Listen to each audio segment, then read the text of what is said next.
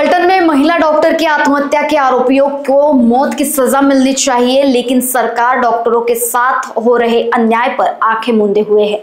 इससे चिकित्सा समुदाय में भारी असंतोष है। इसी के चलते राज्य भर में रेजिडेंट डॉक्टरों ने सरकार की निंदा करने के लिए सेंट्रल मार्ड के निर्देशानुसार रोगी सेवाओं का बहिष्कार करने का फैसला किया।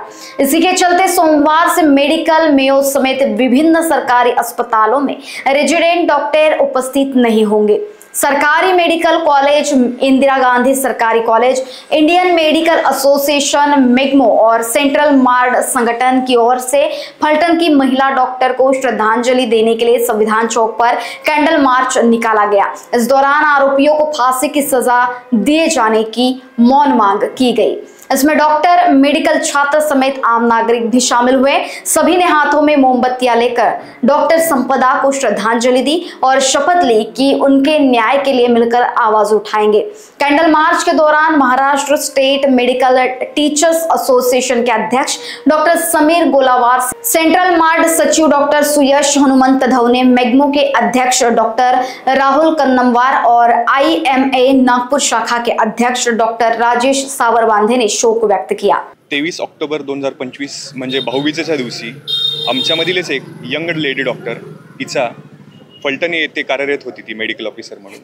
हिला सिस्टीमच्या काही कारणास्तव तिने ज्या कंप्लेंट्स दिल्या सिस्टीमला त्या तिच्या ऐकल्या गेल्या नाहीत, उलट तिच्यावरती दबाव गेला। त्या रिगार्डिंग तिने आत्तापर्यंत सिस्टीमला लेटर लिहिलेलं, या सगळ्यांची दखल घेतली गेली नाही। त्यामुळे आमच्यातल्याच एक यंग लेडी डॉक्टरला स्वतःचा जीव मुकावा लागला।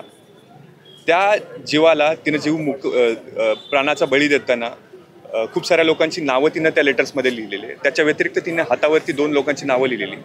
या सगळ्या लोकांना फक्त हातावरच्या नावाच्या व्यतिरिक्त जे लोकांची नावं तिने आजपर्यंत लेटरमध्ये मेन्शन केले, त्या सगळ्या लोकांच्यावरती कारवाई व्हावी यासाठी आमच्या सध्याला आंदोलन चालू आहे किंवा प्रोटेस्ट चालू आहे।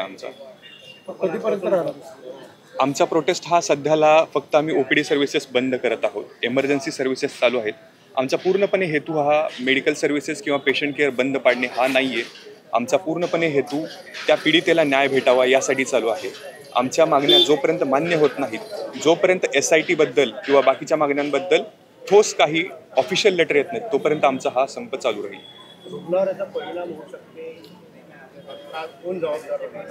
मेडिकल सिस्टीमचा कणा जर कोण असेल, हॉस्पिटल्सचा जर कोण असेल, तो रेसिडेंट डॉक्टर आहे।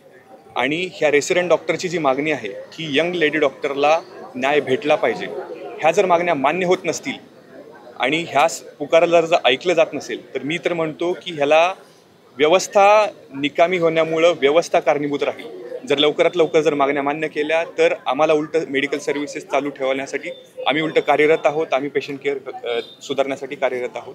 तर जर ह्या मागण्या मान्य केल्या नाहीत तर ह्याला पूर्णपणे व्यवस्था जबाबदार राहील। लोकवाहिनी न्यूज के लिए अविनाश तोतड़े, नागपुर।